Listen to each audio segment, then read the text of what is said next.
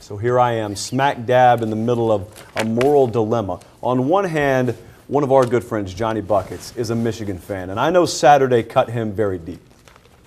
On the other hand, the play at the end of that Michigan-Michigan State game gave me a 7th consecutive victory over you in confidence picks. So the moral dilemma is, what do I do to open the show? Roll it, Matt. Whoa, he has trouble with the snap, and the ball is free. It's picked up by Michigan State's Jalen Watts Jackson, and he scores on the last play of the game. Unbelievable.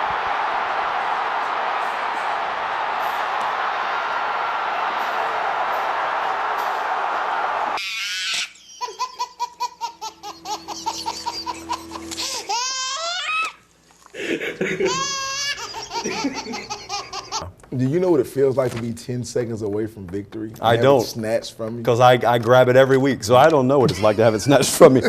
And the dilemma for Lane Kiffin in my mind is this. When you have young receivers and you know they're talented, it's hard to develop them without using them. So you want to be able to make them a threat in the passing game because it will open the running game. But at times, it felt like Alabama was at a point to where they were punching A&M in the mouth. Then they said, hey, come on, you guys can play with us. Consider what they've done over the last 3 weeks.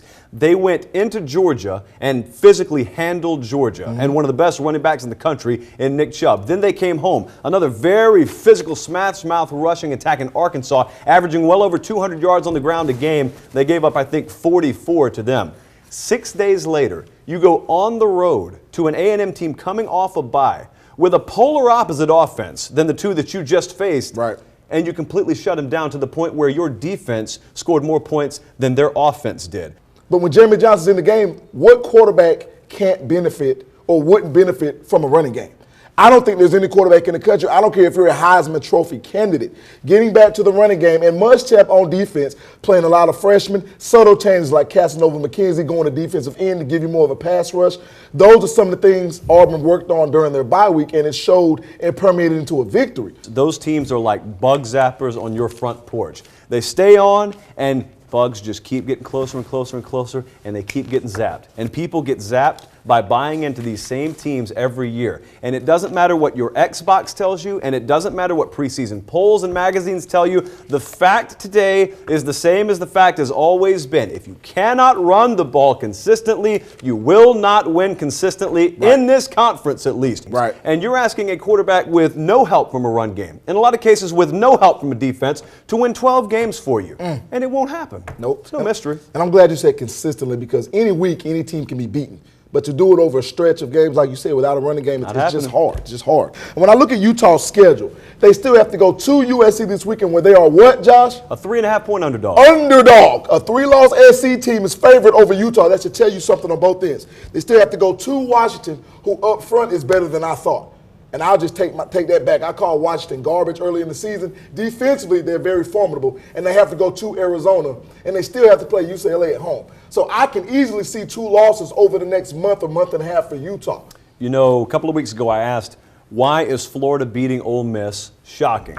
And now Brandon Harris has surprised and shocked everyone. And I just keep asking, it's like I guess we watch a different game than everyone else. Why is Brandon Harris having a breakout game, a good performance? Why is that shocking to anyone? He's been a good decision maker the entire year. No turnovers, hasn't had any trouble with that. Right. He's put the ball where it needs to be a lot of the time in the passing game, and like you said, his receivers haven't come on for him until Saturday night. The only difference Saturday night, like you said, quite frankly, was the elevated level of play from his receiving core. Because Brandon Harris did what he's been doing all year. This is college football and not the NFL. So for everybody that says that you have to have a top-tier All-American quarterback to win a national championship, in my mind, you have no idea what you're talking about. Because you build around your best players. You know what you get an opportunity to do in college football? Recruit at every position in the same year. How many of those teams could lose a quarterback the week of and still go into LSU and play with LSU? If there was any doubt in anyone's mind, this will be a very short point here, if there was any doubt in anyone's mind that Jim McElwain was the right guy for that job, even though he wasn't the splashy hire, even though he didn't grab all the national headlines, if there's any doubt that that guy was the right guy for the job, it should have been silenced even in a loss Saturday night. The ACC is atrocious. It's bad. It is It's bad. atrocious this year. Let me quickly tell you, because if you have any kind of life whatsoever, you didn't see this. 2 weekends ago, Boston College played Wake Forest. The final score was 3-0 Wake Forest. Here were the only points in the game, Mr. Rivers. A turnover happened. Wake Forest gets the ball. First and goal on the 7-yard line. They go backwards 2 yards on the drive and kick a field goal, and those were the only points in the game. And Florida State and Clemson will play those two teams and get 2 conference wins because of that. Why did it take Urban Meyer so long to make the right choice and go with J.T. Barrett, Stevie and Opelika? What he's done is he's got an opportunity to play 3 guys.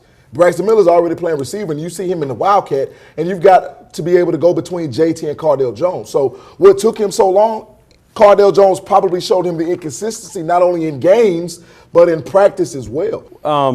I don't even know what the answer is because I'm not inside the 4 walls of that program every day. I just ask this. The people out there that keep touting this guy as the best head coach in America need to quit going on television and in the very next sentence claiming they know more about how to run his program than Urban Meyer does.